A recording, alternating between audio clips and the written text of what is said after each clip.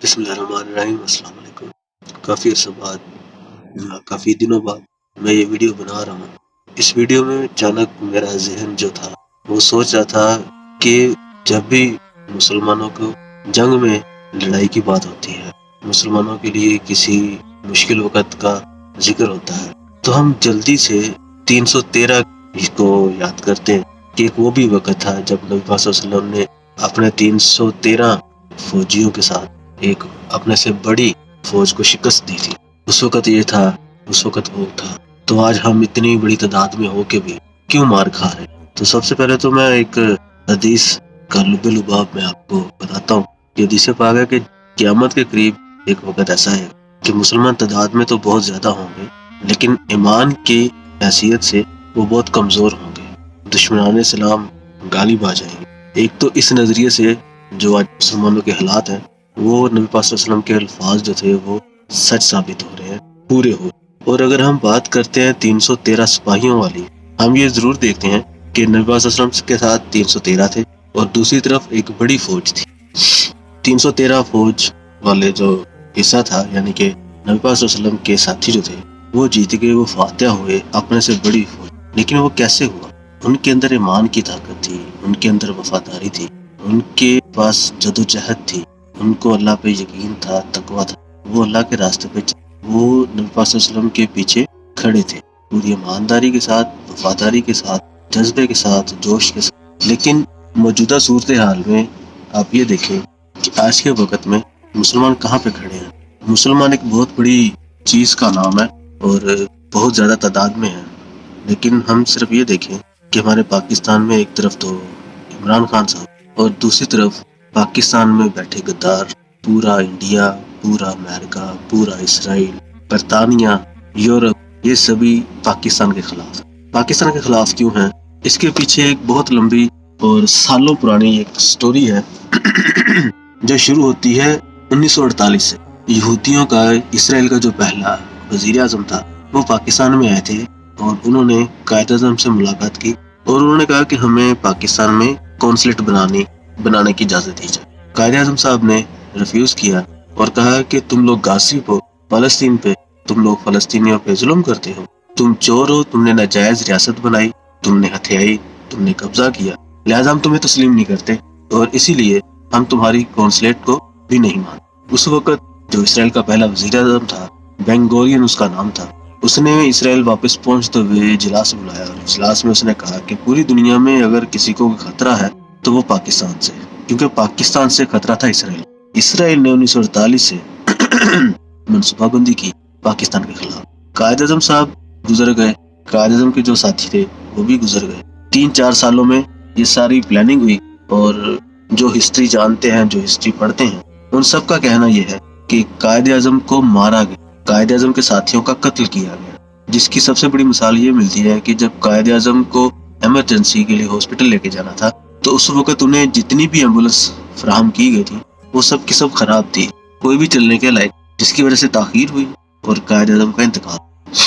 پاکستان کی بربادی تو یہیں سے شروع ہوئی، لیکن پاکستان کی حقیقی بربادی جو وجود رکھتی ہے وہ 1952 میں شروع ہوئی، جب پاکستان نے پہلی مرتبہ IMF سے لون لیا۔ جی، پاکستان نے پہلی مرتبہ IMF سے جو لون لیا تھا وہ 1952 میں لیا تھا، 1952۔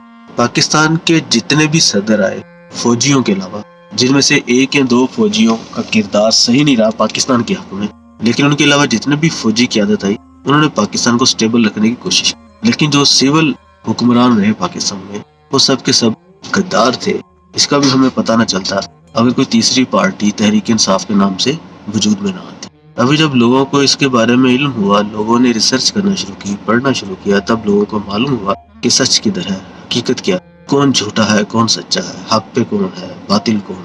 پہلے تو ان لوگوں نے ہمیں سمجھ ہی آنے نہیں، حالات ایسے پاکستان میں کر دیے کہ تعلیم تو پاکستان میں تھی، اسکول و کالج یونیورسٹیز تھی، لیکن وہ تعلیم کے بغیر تھی، جہالت کے ڈیرے تھے۔ اسکول و یونیورسٹی میں عاشقی مشوقی چلتی تھی۔ پاکستان کو دوبارہ جب تباہ بڑے پیمانے پہ کیا گیا، وہ کیا گیا 1983 یا 80 کی دہائی سے، جب نواز شریف کو حکومت ملی، بینظیر کو حکومت ملی۔ یہ سب کے سب جتنے بھی تھے یہ پاکستانی تھے، لیکن امریکن ایجنٹ تھے، जिन्होंने पाकिस्तान को स्टेबिलिटी की तरफ आने नहीं दिया।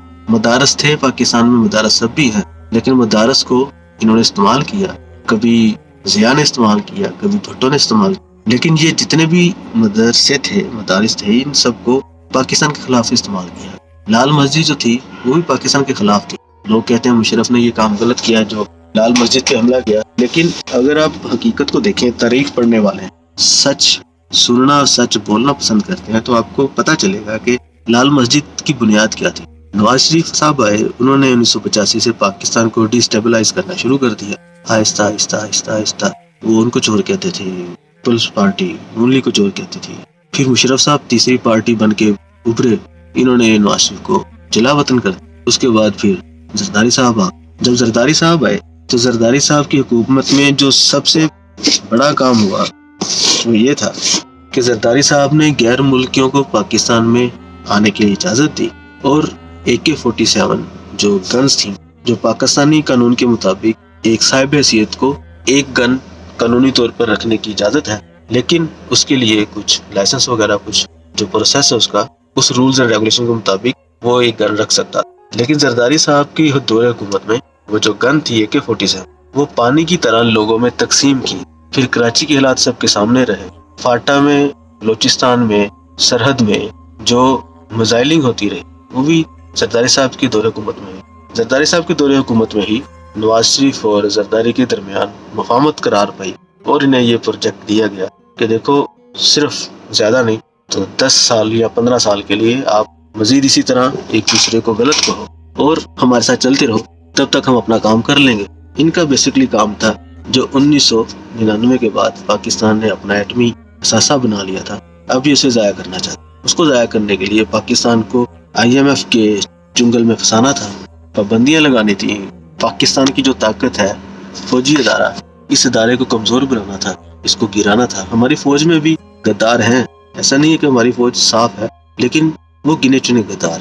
लेकिन जैसे वो मंजर-ए-आम पे आते हैं, फौज उन्हें खुद ही सजा देती है। लेकिन हमारी सिविल हुकूमतों में ऐसा कभी नहीं हुआ कि उनमें से कोई गद्दार बाहर मंजर-ए-आम पे आए और उन्हें सजा दी गई। सबके सामने नवाज शरीफ, शहबाज शरीफ, हमजा शहबाज, जरदारी, बिलावल, फजलुर रहमान, असफंद यारब अली, ये सभी पाकिस्तान के लिए गद्दार हैं। तो मेरी इस वीडियो का जो मकसद था वो ये बताना था कि वो जो 313 सिपाही थे उनमें वफादारी थी, उनमें जोश था, जज्बा था। आज सालों बाद एक पाकिस्तान में एक ऐसा शख्स उठा जो अपनी जात की बात तो करता।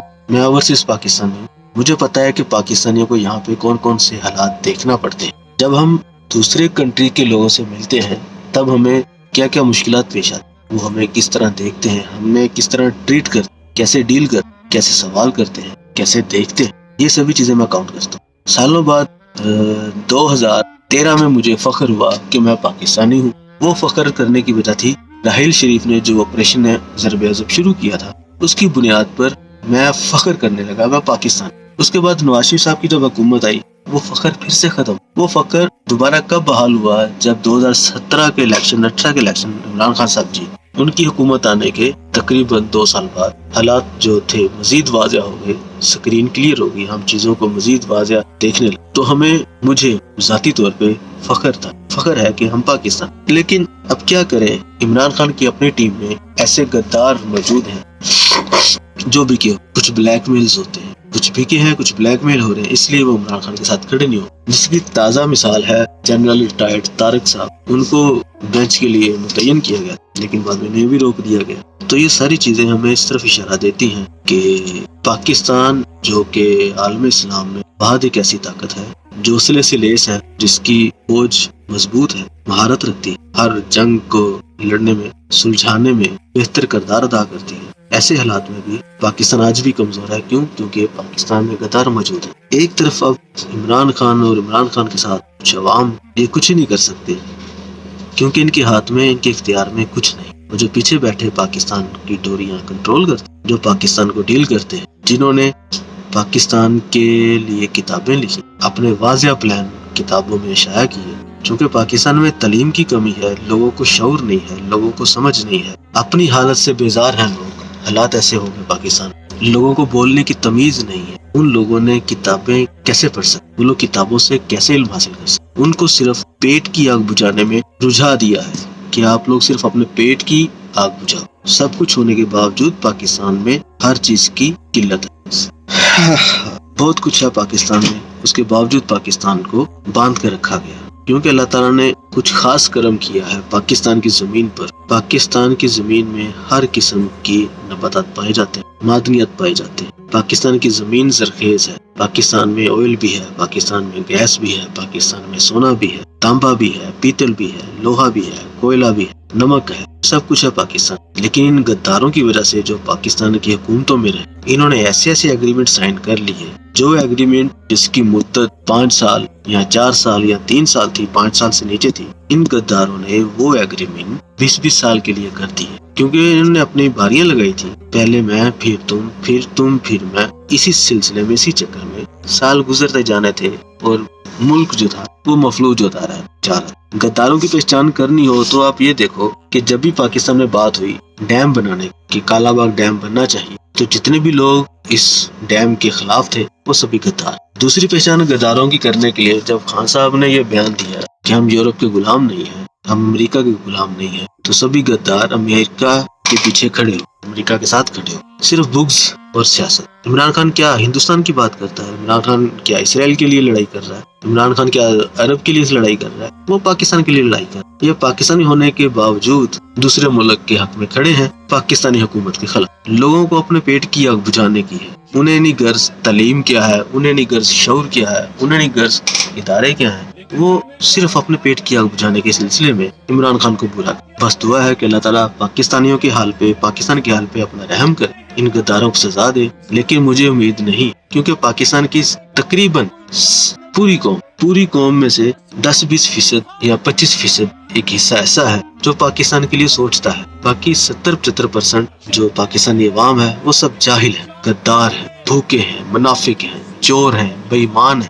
इनको तबाह होना चाहिए। इन पे गंदक की बारिश बरसाई जानी चाहिए, तेजाबी बारिश से इनको गुस्ल देना चाहिए, इनके जिस्म से गोश्त अलग कर देना। ये किसी भी तरह से माफी के हकदार नहीं है, ये सिर्फ और सिर्फ गोली के हकदार हैं, और गोली भी वो जिनकी कीमत इन्हीं से वसूल की जाए। अल्लाह ताला सबको अपने हिफ्ज़-ओ-मान में रखे, सबको नेक रास्ते पे चलने की तौफीक दे। आमीन या रब्बल आलमीन। बिका नहीं, डरा नहीं, आखिरी गेंद तक खड़ा रहा। और इमरान खान का आप क्या मुकाबला करोगे? Please, order in the house. Order in the house. की तरफ से। तो आखिर में जनाब चेयरमैन साहब, आखिर अल्लाह जानता है दिलों के राज। फजल रहमान जितने मर्जी इस्लाम की बात करो, अल्लाह ने आपको आज तक कभी वो एजाज नहीं दिया कि आपने दुनिया में कुछ भी इस्लाम के लिए किया। मेरी तरह के आदमी को, गुनाहगार आदमी को अल्लाह ने वो एजाज दिया है। मैं अल्लाह तेरा लाख लाख लाख शुक्र अदा करता हूँ।